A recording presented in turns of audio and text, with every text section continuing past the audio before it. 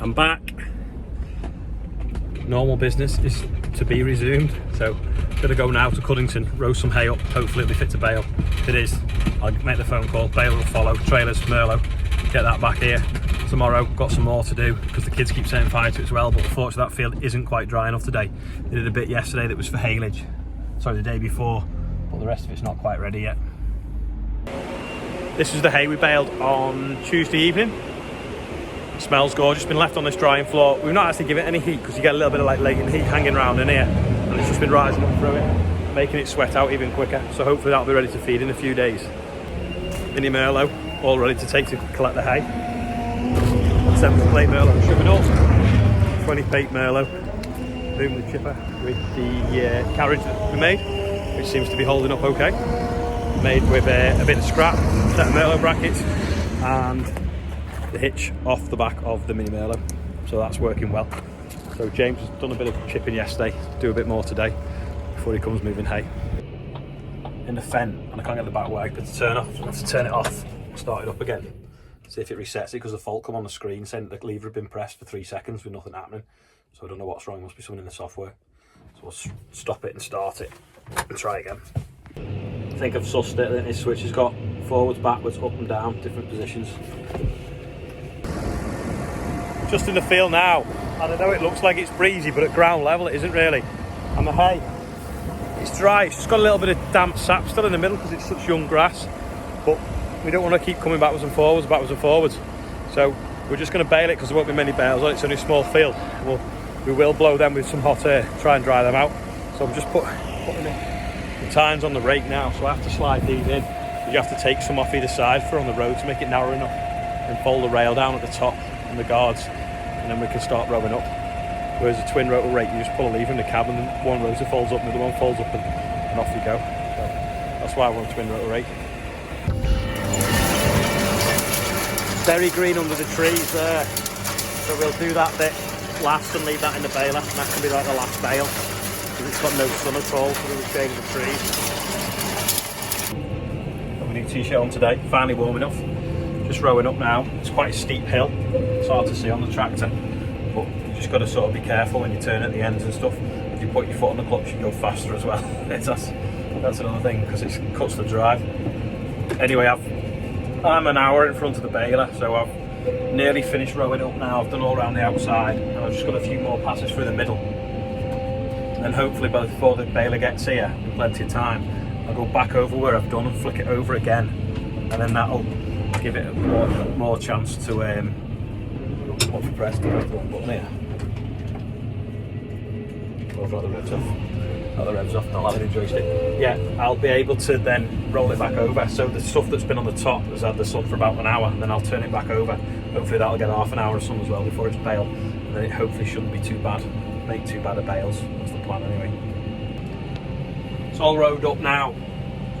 The baler's about half an hour away, so I'm now going around flicking each row over. But there's only 1, 2, 3, 4, 5 rows and 2 around the outside anyway, so it's not going to take me long. But it'll just give it a chance to get a bit more sun on it and hopefully dry it out a bit better. Some of the economics though of hay is, I don't know, we might get 20, 25 bales off this field if we're lucky, maybe even could be as little as 15 because it's had no fertiliser. We're only mowing it and clearing it because we want to put a fence up, plant a hedge. But if you imagine that a tractor came and mowed it, say it costs about £40 an hour to run a tractor and a mower. So that came, by the time it got here, did it all and got back, probably 2.5 hour trip. But forget the travel time, say it was an hour and a half he was here for. So that sort of cost £60. Then we've tedded it yesterday, probably took just short of an hour, messing about, forget the travel time. Then you know you're up to £100. Then I've rowed it up now, it's took about an hour. That's like £140, say. Then the baler's going to come and bale it. So much a bale, maybe £3.50 a bale, so that could be sort of like 80-100 quid.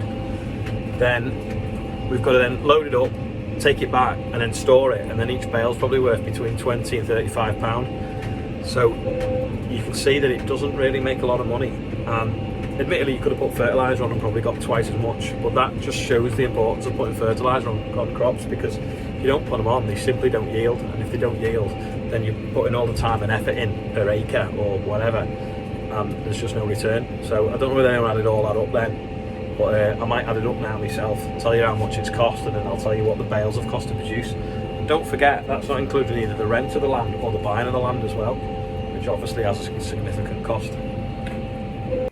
Yeah, I've done the sums. There's about £300 worth of diesel and man hours and machinery gone into making this field of hay. It's only about just short of over 3.5 acres, I think. I'm interested to see how many bales we get off it, and then we'll know the cost of each bale. But I'm guessing it's only probably going to about break even, because there's probably, when you think the cost of either renting the field, it'd probably cost you £300 a year as well. And if you were to buy it, well, a mortgage on that would probably cost you, I don't know, £500 or £600 a year. Sorry, £500 or £600 a month, probably. Or, well, that'd be over 10 years, perhaps. Anyway, we'll see what happens. We'll bale it, see what's on it. And like I say, the whole purpose was to clear it, because there's a hedge and a new fence going in, so you're not tripping over the grass, and it didn't want to get wasted. So we'll bale it and see what happens. I'm going to fold the rake up now so that I can fit back down the road. Apparently Jeremy Clarkson's thing is really good, so I might watch that tonight. Not many people were watching me last night, so I presume they're all watching Clarkson. On the Farmers Week, they've done an article, and they've tagged it, well, not tagged, sorry, they've put in the article about to watch me, Tom Pemberton, the Funky Farmer, and the Farming Line for Me, I think it was. It's 4 of us in the Farmers Weekly article, so that's interesting. If you want to check all them out as well, do it. Folded the guide up on the side and got grease on my new t-shirt. Just have to take these clips out of here, pull these rotors out, and they sit in the little holders at the front here. See there? And that's to make it narrow enough to go down the road. Like I say, if I had a twin rotor, I'd just fold up and off we'd go. So sometimes they're a bit stiff, so you need a hammer. And then we grease them, so you end up full of grease as well. That was lucky. I just spotted this pin nearly fell out. Holds this arm on. Could have lost it, just like this one was lost last year. So there's one missing. There they come. Andrew's got the front flail on. Hopefully he's not going to take out the fence posts. Nearly. Probably will run out now on camera. He's going to tidy up around the edges, because Sam could have gone a little bit closer so that we can get this fence up. Anyway, he should get in now with the fast back.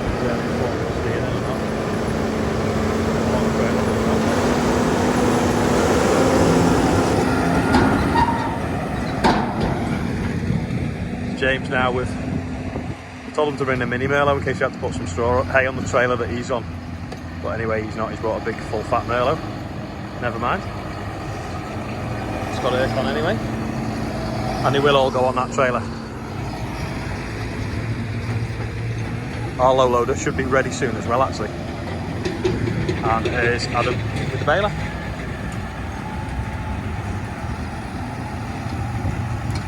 That one. Because you can see the whole field pretty much in the gateway, I'm going to try and set a time lapse up and record it for you.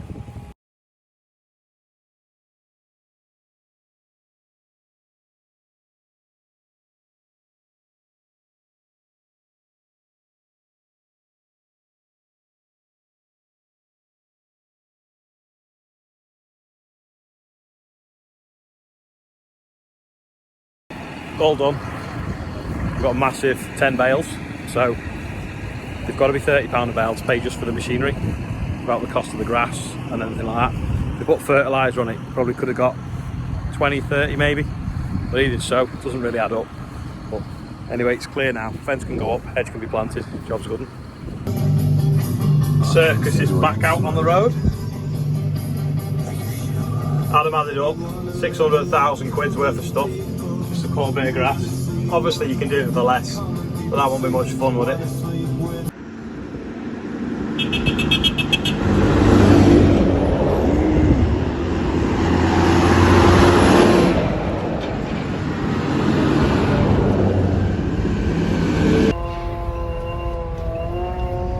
It seemed a bit excessive going with that trailer, but the problem was, if we hadn't gone with that, tried to fit them all on the front of the low loader, you could have guaranteed they'd have been over 20, and we wouldn't have fitted it all on, so we had to run all the way back to come back again. So that's why we went with 2 trailers. This is in the sunflowers now. I sprayed on Wednesday morning to see if that stuff would kill them. Anyway, that sunflower hasn't died. You can see it. And neither did that one, but also neither of the cleavers near it. So it's obviously not taken effect yet. So we'll keep checking it over the next few days, but I don't spray the whole field in case I kill all the sunflowers. They're really starting to grow now, and I'll bring the tape measure out in a minute and I'll measure the other ones. I'm just going to go up there now behind them trees and get some bales that we baled around the NHS, because the NHS was overgrown, so we'd mowed it and baled it. So I'll go and get them bales in. This is the NHS now, all freshly mown. This is the S now. Hopefully, like I say, it should be full of blue flowers.